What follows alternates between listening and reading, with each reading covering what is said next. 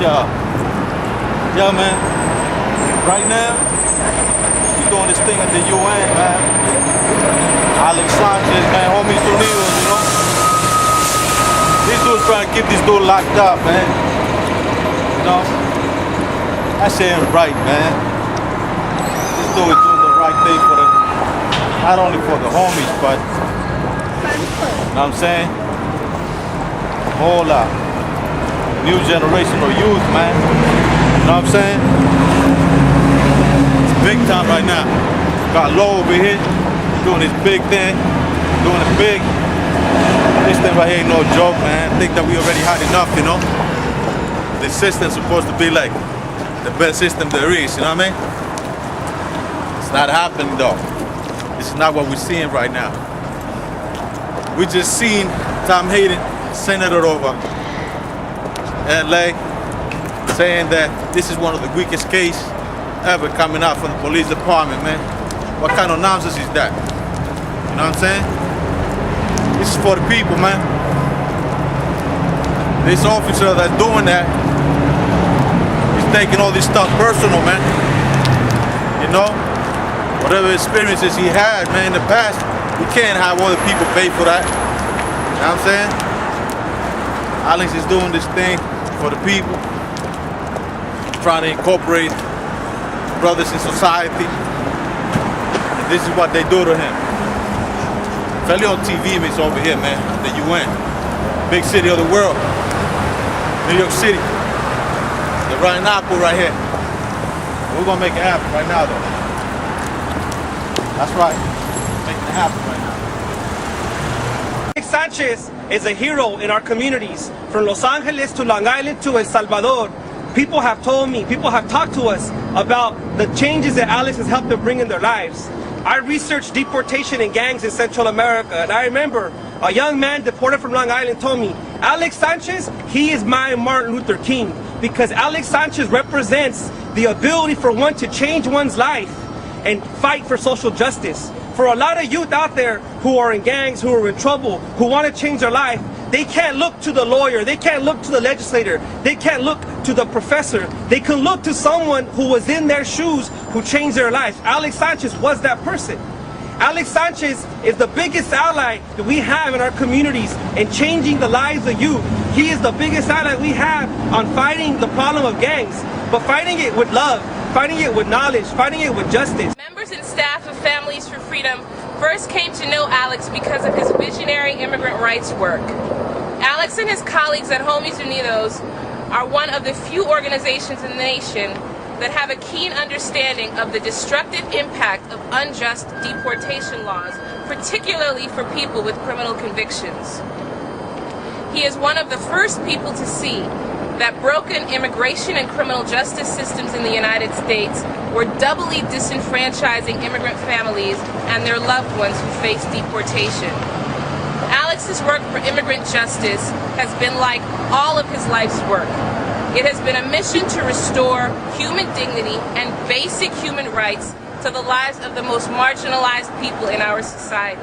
Many of us at John Jay College of Criminal Justice are deeply concerned about the conduct of U.S. District Court Judge Manuel L. Real, who at 85 years old has been presiding over the Central District of California since he was appointed by Lyndon B. Johnson in 1966. Our attention has been brought specifically to his conduct during the case of Alex Sanchez, the Executive Director of Homies Unidos, the largest gang intervention program in Los Angeles County, and a model for gang outreach worldwide.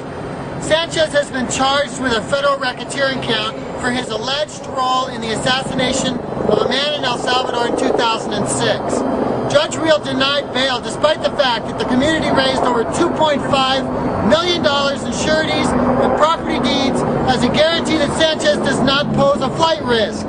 If he did leave the country, that property would be confiscated.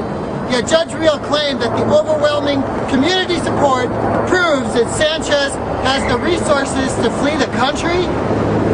It is shocking to us that Judge Real, it is shocking to us that they would prevent Father Gregory Boyle from taking the stand to present a 20-page declaration in response to the declaration against Mr. Sanchez by LAPD officer Frank Flores.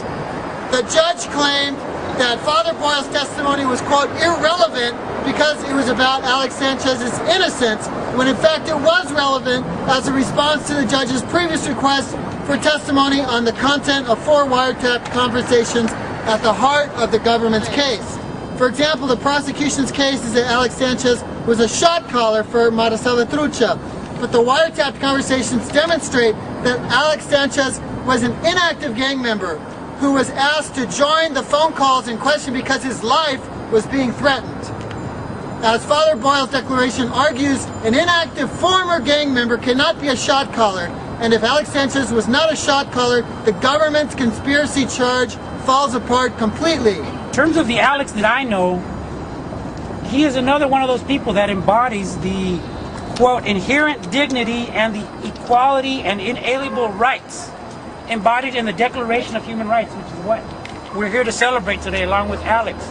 And people throughout the world are celebrating human rights.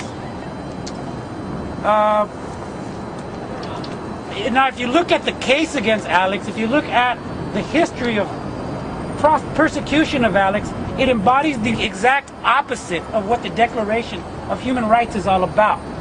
And it flies in the face, not just of LAPD, of the local justice system, but of the United States itself, which is why we're here to shame this country on the international platform, because these images, these words go out nationally. We don't need the national media to communicate our message throughout the world now.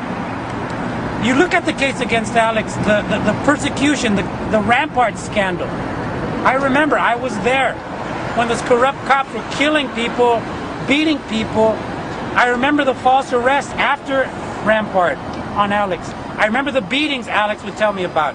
I remember how his family was terrorized, aterrorizado. I remember the deportation of Alex Sanchez. I remember writing a letter in support of Alex. I remember the generalized harassment. And I'm reminded of, say, for example, Article 1 of the Universal Declaration of Human Rights, which guarantees the liberty and security of the person. Not in the case of Alex Sanchez. I remember Article 5, which guarantees protection against cruel and inhuman and degrading punishment. Not for Alex Sanchez. I remember Article 9, which guarantees that no one shall be subject to arbitrary arrest, detention, and exile. Not Alex Sanchez. So that brings me to conclude with Article 10 and the questions raised by Article 10 of the Universal Declaration of Human Rights. Article 10 says, and I'll quote, "Everyone is entitled by full equality to a fair and public hearing by an independent and impartial tribunal." Alex Sanchez's case, as much as any case in this country, raises the United States commitment into question. It puts it into question.